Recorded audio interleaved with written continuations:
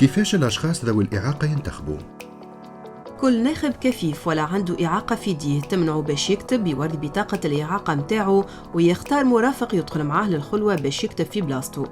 المرافق لازم يكون الزوج ولا الزوجة، البو ولا الأم، الجد ولا الجدة، الابن ولا الابنة، الحفيد ولا الحفيدة، على شرط أنه هو بيدو يكون ناخب ومسجل في سجل الناخبين.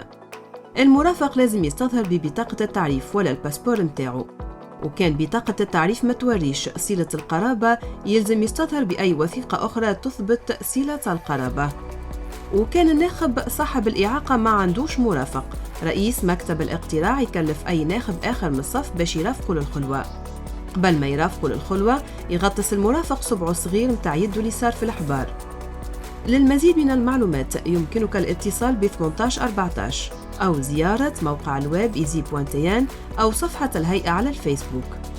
وباش تعرف مركز الاقتراع اللي باش تنتخب فيه اضغط على نجمة 195 نجمة رقم بطاقة التعريف الوطنية دياس.